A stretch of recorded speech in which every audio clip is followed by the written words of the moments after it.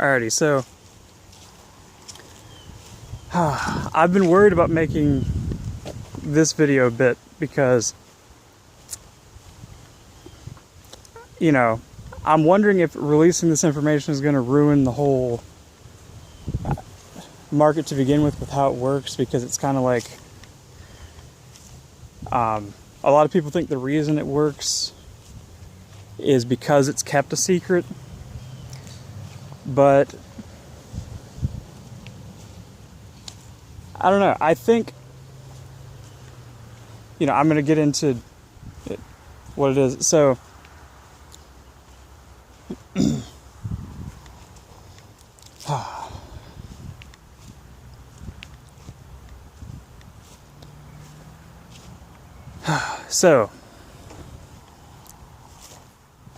yeah, this video is going to be about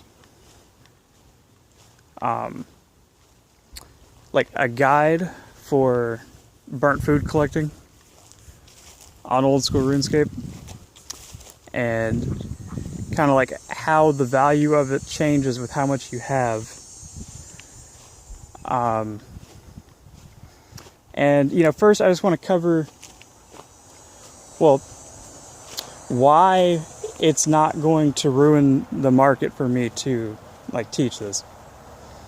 So again, RuneScape is very based and designed around the combat aspect and skilling, and not so much merching, especially with the introduction of the Grand Exchange. And that is why most people play the game, and most of them look at it through the perspective of how items can be used for those purposes. The method that this works by requires a lot of patience of its own and kind of an interest in collecting in general. And you also have to have completed a lot of the game to really understand how the items work. And you know, you're literally just not gonna have the gold to do it if you haven't already played the game to a large degree. So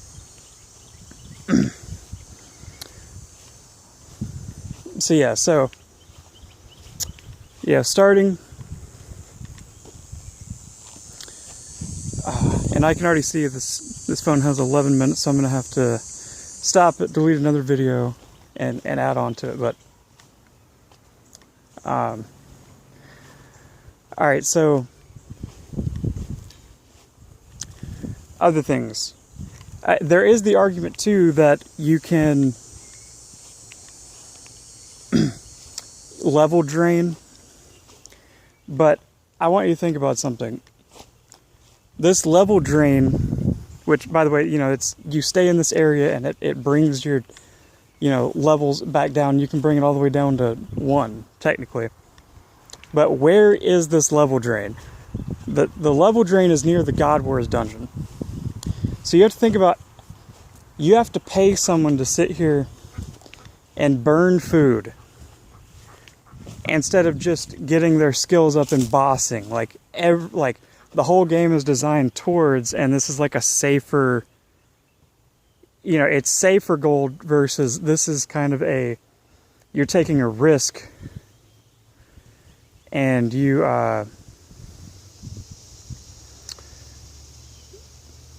know, it's kind of like, in a way, it's kind of like the duel arena. Like you invest, it's almost like you're staking, and you're investing a certain amount of gold,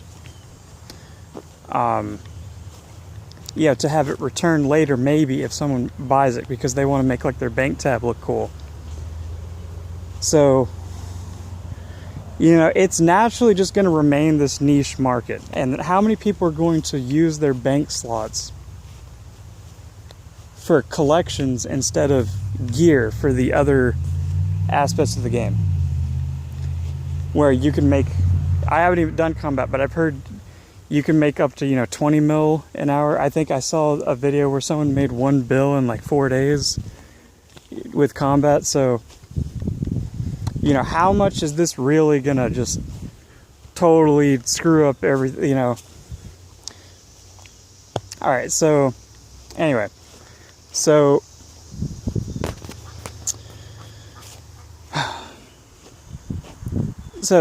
at base, if you have a small amount of the burnt food, it is actually worthless. But you pay higher for these items so you can get them sooner. So people will actually, you're paying for the person to take the action to go to their bank, take it out, and give it to you, which they could be doing other things with their time, or, you know, looking through other things, or, you know, finding other stuff to sell. They could be flipping in the Grand Exchange. They could be questing. They could be playing the game. You know, so you have to like give them an incentive to actually do it. So, you know, to even worry about it. So you pretty much, you have to pay at least 10 to 20 gold just to get someone, for each one, just to get someone to give you the burns. And, you know, this kind of goes it's undervalued, and people don't really appreciate the time or work that goes into it, or they just don't care. But, you know, you have to, and then you can't really start charging more until you have, you know, in the like thousands, you know, like 10,000 at least.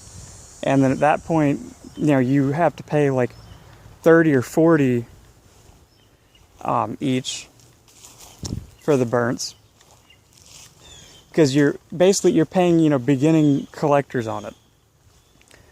So then, you know, from the scarcity and the amount all at once, and, you know, the ability to say that you have all of it, like you're collecting, you know, trading cards, like you have like every burnt, or you have like one that says it turns into a green stack of like 10 mil of one, or even before that 100k, which is more kind of in the area we're talking about at the moment. You know, you're gonna have to pay more because this person's been taking the time to save it up, so you have to pay them for their time. So then this, you know, you get to around, you know, 50,000 burns, and then this is where it starts getting murky in the, like, you know, paying 40, 50-ish each. So now, you know, you're paying, you know, 50 times 50,000 is, you know, 2.5 mil. You're paying 2.5 mil for, you know, 50,000 of the burns. And then, you know, people just, they don't look at this. They're like, it's burnt food. It's worthless. It's like, you know, they just see it's thrown on the ground and they're not caring, which you can't blame them. Again, they're probably more interested in the other aspects or doing the other parts of it. But, you know, if you really start breaking down the amount of time and the difficulty here, you start seeing where this price comes from. Okay, so then, you know, you get to like the 100k mark, and then you can arguably charge, this is actually probably the optimal point where you can sell it for the most, because it's a high enough amount to where it is turned into a white stack of 100k, to where, you know, it's technically, you know, it's a large collection of it. It's more than most people will ever have in their bank account, or their bank tab. But, you know, it's nowhere near the most you can acquire. But it's a pretty sizable chunk. So then now, this is about the prime point where you can start selling it like, you know, 80, 90, 100 each. All right. And questionably at 10 mil, you could charge 200 each